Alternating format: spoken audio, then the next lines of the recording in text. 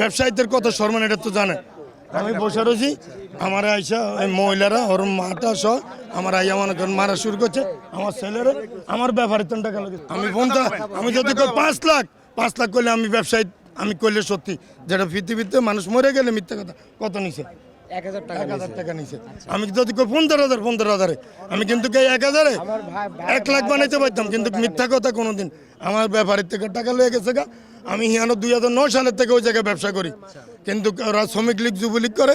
এই ক্ষমতায় আমারও মনে করেন স্বরাষ্ট্রমন্ত্রী ছিল, 4বার আমার জায়গা দিছে। ওসিরি খাওয়া হয়েছে 1 লাখ, বড় নেতারা খাওয়া হয়েছে 2 লাখ, এরকম করে আমার 10 বার সরাইছে।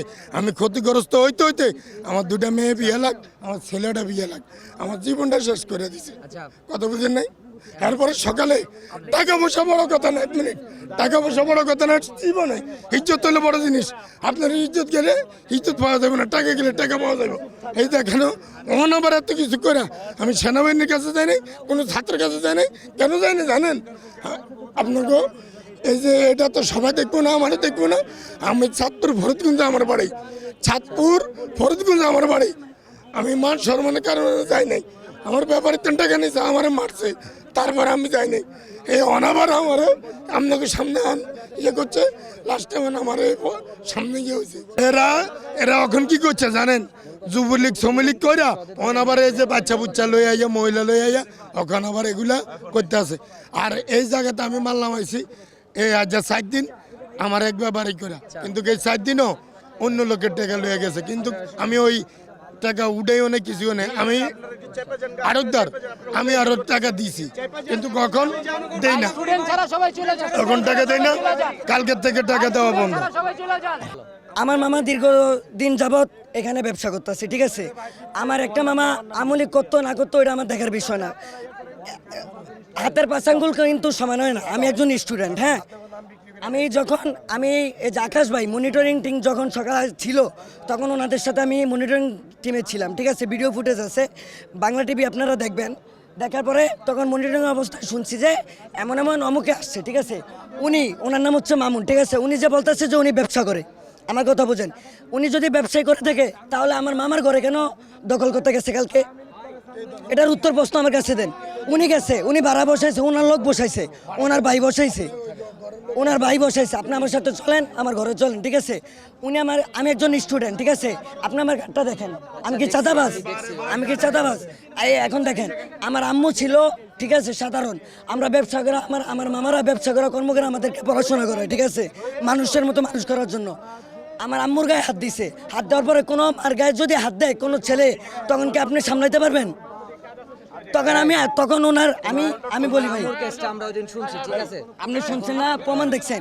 তখন আমি মামুন যে আমি যারা সত্য ওইটা তুলে ধরার জন্য, আমার যদি ফাঁসির কাস্টমার ঝুলতে হয় তাহলে আমি ঝুলবো, সমস্যা নাই। লাগতেছে তাদের এই পরিচালনা যদি এভাবে সাধারণ বাংলাদেশ চলে, আমাদের বাংলাদেশ অনেক উন্নত হবে। এবং যে চাঁদাবাজি হয়তো আগে আওয়ামী লীগের আমলে হয়ে গেছে, তারপরে এই ছাত্রদের মাধ্যমে এটার থেকে মুক্তি পাইছি আমরা।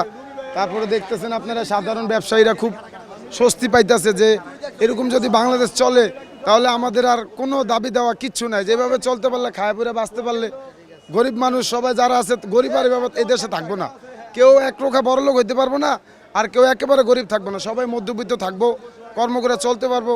তারপরে দেখেন আপনার এই যে বিগত দিন যে আওয়ামী লীগের চাঁদাগুলো নিছে, ওই চাঁদাগুলো বন্ধ হয়ে যাবো। তারপরে তো মনে করেন যে বিএনপির ভাইরা আছে, তারাও মনে করেন যে নিয়ন্ত্রণভাবে চলবো, কারো উপরে জুলুম করবো না, কিছু করবো না।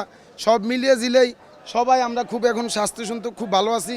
তবে এভাবেও যদি আগামী দিনগুলো চলে তাহলে আমরা সুন্দরভাবে ব্যবসা বাণিজ্য করতে পারবো, কোনো জিনিসের দাম বাড়বে না, নিয়ন্ত্রণ থাকবে, কাউকে চাঁদা দেওয়া লাগবে না। এইসব মিলিয়ে মনে করেন যে এভাবে আমরা চাই যে আগামী বাংলাদেশ এভাবেই চলুক, আমরা এভাবে আগে যেতে পারবো। এইভাবে মনে করেন যে চললে সাধারণ গরিবও থাকবো না। তারপর ছাত্ররা যদি আরেকটা পদক্ষেপ নেয় যে শিক্ষার যে খরচটা হয়, যদি খরচটার থেকে যদি একটু সাধারণ মানুষদেরকে কমিয়ে দিত, তাহলে ধরেন যে প্রত্যেক ঘরে ঘরে শিক্ষা দিয়ে তৈরি হতো, এই শিক্ষার জাগরণ বাংলাদেশে পুরো বাংলাদেশে হয়ে যেত।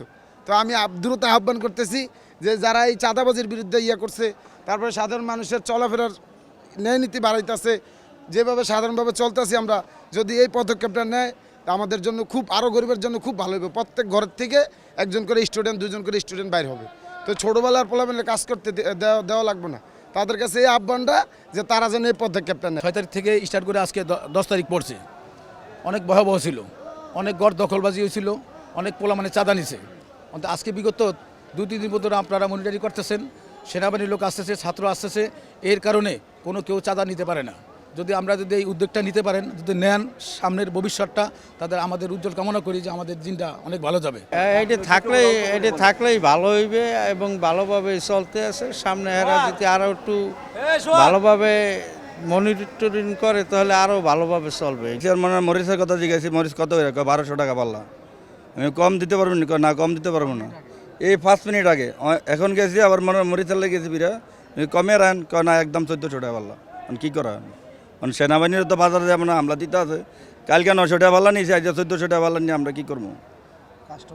কাস্টমাররা তো মানে বিভিন্ন ধরনের কথা কয়। কালকে আলু 54-55 টাকা আলু, আর আমরা রেট দিয়েছে 40 টাকা আলু। আমরা কীভাবে নিয়ে বেশি? সেনাবাহিনী ছাত্ররা বাজারে গেলে স্লিপ চায়, ওই আপনার মালের দাম কত, কোনটা কত আনছি। তারপরে কাস্টমাররা লইলে কাস্টমাররা ব্যাগ ধরে জিজ্ঞাসা করে, মানে এটা কত কিনছেন, কত আনছেন, মানে বিভিন্ন ধরনের কথা বলতে আছে।